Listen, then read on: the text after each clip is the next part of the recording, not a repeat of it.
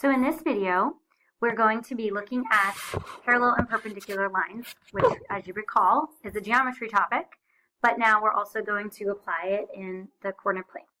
So for our warm-up, I want you to write the equation of a line in slope-intercept form that passes through the points 4, 5, and negative 1, 2. So the first thing we're going to need to do is look at the slope of this line. Slope denoted by the variable m, y2 minus y1, which is the rise, over x2 minus x1, which is the run. So sometimes I like to go ahead and label my points. So I'm going to do 2 minus 5 over negative 1 minus 4, which is negative 3 over negative 5, or positive 3/5. That's my slope. So then for my y equals mx plus b part, you can sort of approach this a couple different ways. You can actually use point slope form and then move into slope intercept form. But basically, I'm going to take one of my points, for instance, 4, 5, and I'm going to substitute my y, my x, and my m, my slope, in for that point, and then solve for b. So this would be 12/5. This is not as friendly as I thought it would be, but that's all right. And then that's going to be, so 5, remember, is 25/5. So that would be 13/5 is B. So our final answer, y equals 3/5 x minus 13/5.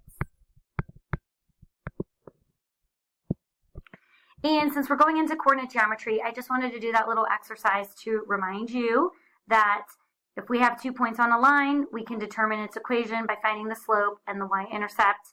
And these 2 points are the solution, are 2 solutions to this line, because when we substitute x and y in the equation, we get a true statement. So let's take a look at our investigation. The first one we're going to look at is parallel lines.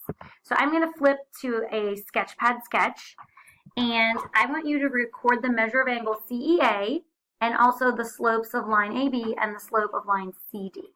And I'm going to do it a couple different times and pause, and you can pause the video while you record. So I'm going to flip over to my sketch. Here is my sketch. Here are my lines. Here is angle CEA. It is 31.56 degrees. AB has a slope of negative 2/10, and CD has a slope of 59/100. So go ahead and record that. That'll be your first step. All right, so I'm going to go ahead. I'm going to drag point D a little bit. And there we go. So I dragged point D, and as you can see, point E is kind of sliding off the screen. So now the measure of angle CEA is 12.35 degrees. AB still has a slope of negative 2/100, and CD has a slope of 2/10, or 20/100. The next one. Now you can't see E anymore. It is out there.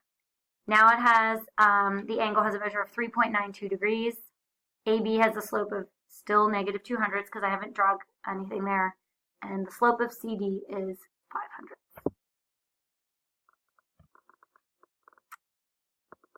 And for our last point,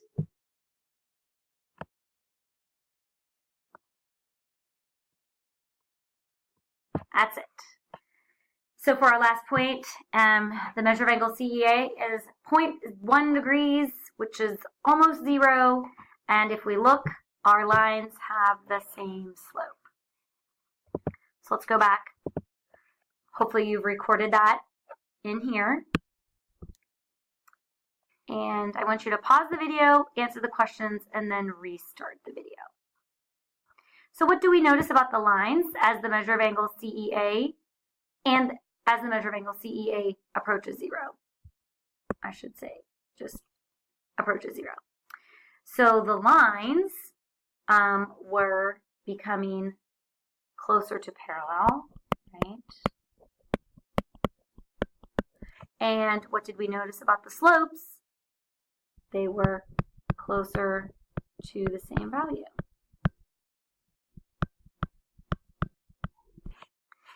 And so that makes us think that if lines are parallel, then their slope is the same value or equal. So is the converse true? So that means if the slopes are equal, then the lines are parallel. Is that true? So a way to investigate that would be to look at lines whose slopes are equal and looking and seeing if they are parallel or not. It turns out that is true. And so because we have the original conditional statement and the converse both true, that means this is a biconditional statement, which is I'm using my if and only if language. So two lines are parallel if and only if their slopes are equal. All right, so this is our first video. And the second video, we're going to take a look at parallel line or perpendicular line.